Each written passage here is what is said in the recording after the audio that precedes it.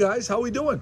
Pretty good. Good How are morning. you? Thanks for Why don't you introduce yourselves? Yeah, I'm Maria Millifoyer. Yeah, originally from Gloucester. And Sal's really Gloucester native. Laura Ventimiglia, Gloucester Transport. That's what are we talking about today? Okay, we want to talk to you about.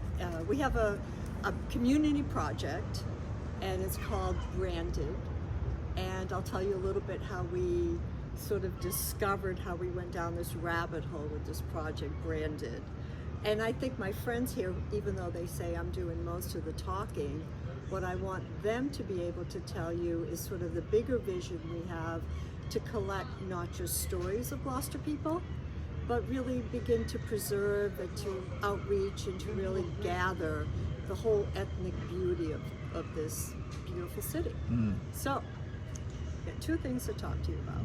There's a lot of, and this is a fantastic project, like us, memorializing and putting something together, because there's so many different moving parts. We have our Sicilian heritage, which we're all very proud of and stuff like that. But there's the Finns, there's a million different, there's the Irish, there's Portuguese, very, the Irish, proud, Yeah, so somehow we want to be able, on a broader level, tap into all that history and figure a way to preserve it, but not just preserve it, but to engage today's people in it. So, is it a digital project? Is it a paper project? Is it both? It's a good question. So the origins of it is Mia was doing research on the Italian-American experience in Gloucester during World War II.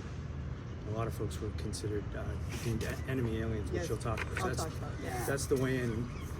To date, the interviews that Mia's conducted haven't been video recorded, but we're thinking about the next wave of interviews that we do and the stories that we tell and share will be recorded. It will become a digital project. Really nice, great idea. I mean, the way. Good Morning Gloucester is 19 years old now, and it's just about anything that's happened in the last 19 years is searchable. So, not to make this about Good Morning Gloucester, but I'm just to make the point of having a database of these stories is so fantastic. And when you have the video component of it, you really see the emotion in the faces, and you really everything comes together. So that's a fantastic idea. Do you think of Good Morning Gloucester as a kind of documentary project in that way? Thank you. It didn't start out that way, but because we've evolved so many years of doing, it's become a conduit, because people know that the eyeballs are there, and they know that they can get their story told through, using our platform, and the platform has the eyeballs, so it's just become that. It's preserving a lot of stories. And searchable. That search box is super powerful. Like anytime someone asks me something, I can't remember. We have over, I think, 90,000 posts over that time. We do 16 posts a day every day, so that generally there is an archive of greasy pole, like every single thing that you can pull on, That's kind of Laura's been on a bunch of times. You type in her name, I guarantee there's a laundry list. You've been on, between all your projects, the Elm project and everything else, so, So the exciting thing I think about Mia's project and the work that we're doing now is the starting with what we know, the Sicilian experience, the Italian experience here, but as Mia said, and you acknowledged, expanding it. And one of the things we're conscious of is there's a difference between the immigrant experience and the ethnic experience. So the ethnic experience is really what people are experiencing today, what we're living today, and the heritage that we had is, as we all know, is slowly disappearing the further away we get. Natural. Generation-wise, the further away we get. So I think that's one of our goals, is to try to preserve some of that, especially not just for us, but Mia's project on Branded Aliens now is a nationally known project. She's been linked she's been linked to some, popular authors who have looked at and written about the same thing in novels and historical fiction different platforms. So I love the story of your grandfather polishing the All right, apples. yes. So I'll tell you how I got into branding in World War II. Okay, so I don't know, I had this lingering question. I remember sitting down with my grandfather, Filippo, and his eyes, he was a handsome man, just glistening blue eyes, and he would go to me, oh, I used to shine the apples for the pretty girls in San Francisco. And I'm like, you know, I was young, I just let that drop. And then years later I go, what was my grandfather doing? Shining apples, a fisherman of Gloucester, shining apples for pretty girls. So I started going into archives, I started documenting things, and then I discovered his registration card during World War II. And it was dismissed. So that got me back down a rabbit hole, and I began researching not just my family, I started researching my family and discovered, and this was all new to me during World War II, that we had 600,000 people across the United States, Italians, Sicilians, who were documented as enemy aliens. 10,000 of them were detained. Enemy aliens. Enemy aliens during World War II. So Roosevelt. So what? So just to for reference, Yeah. they'd come here. A lot of our, I know ancestors came Yeah. here in the 30s, right? Right. There was a big immigration period. Exactly. World War II was when?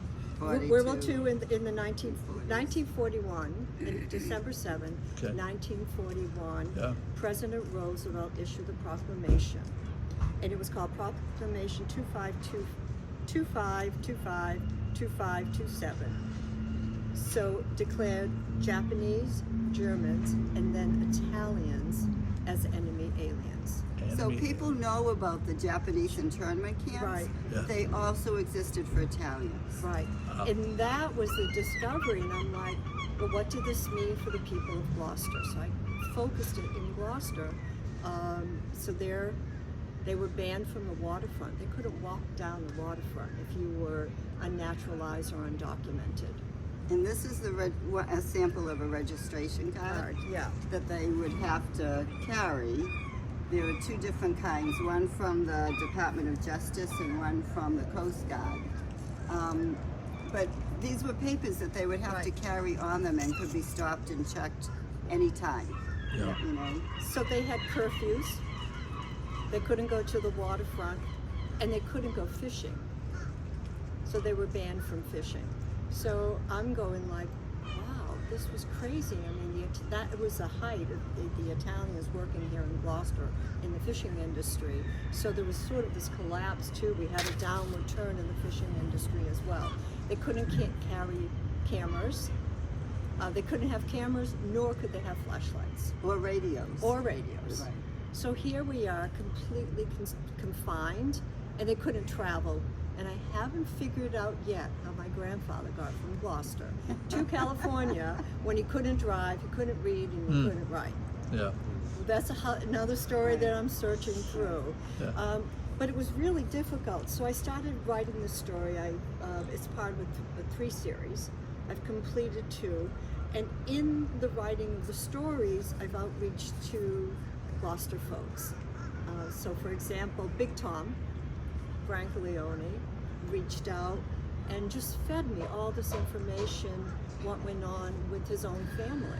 So he had relatives that were labeled enemy aliens, and then he had relatives who served in the military. Yeah. Italian relatives. Italian obviously. relatives. Yeah. Same family. Same Somebody's family. declared an enemy alien while another. Yeah, I know. I know. Joe Popcorn was in the army. Yeah, And, okay. Joe Popcorn. Yeah. So for the Brancaleones, the Jenny and Lucia, that was requisitioned by the military and converted to a minesweeper.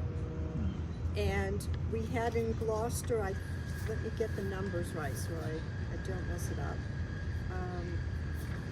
Gloucester, we had at least 20 vessels that I could track down, fishing vessels, that were taken from the military and converted into minesweepers. Oh wow.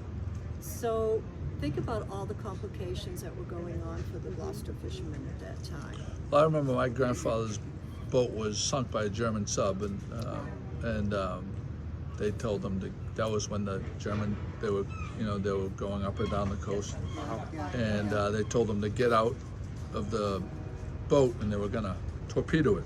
And he went back to he had a crew of I think 8 guys, and they were in the lifeboat, and they were off the coast of Acadia National Park, and he went to get the compass because he couldn't.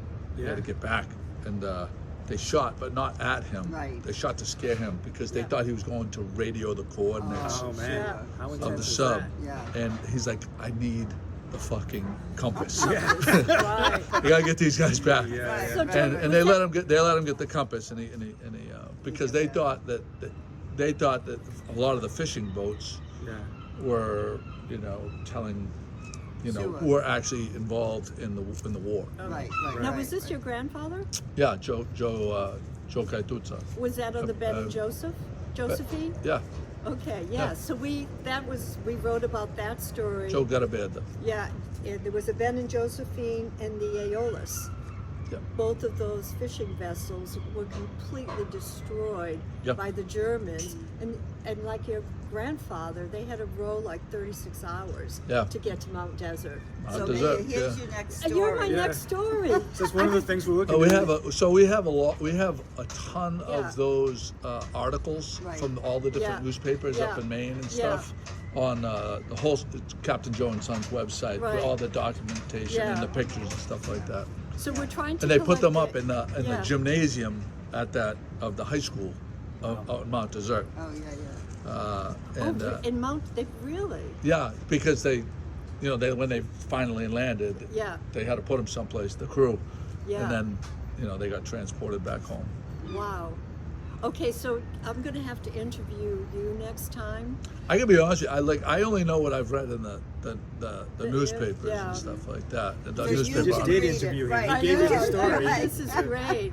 You Yeah. can read it and tell me what you read, and you're the face. that Yeah, people would will love see. more pictures. One of the things, Yeah. Joey, that we're hoping to do is invite more people to participate who have Yeah. stories or have those kinds of artifacts Yeah. from their family Yeah. history.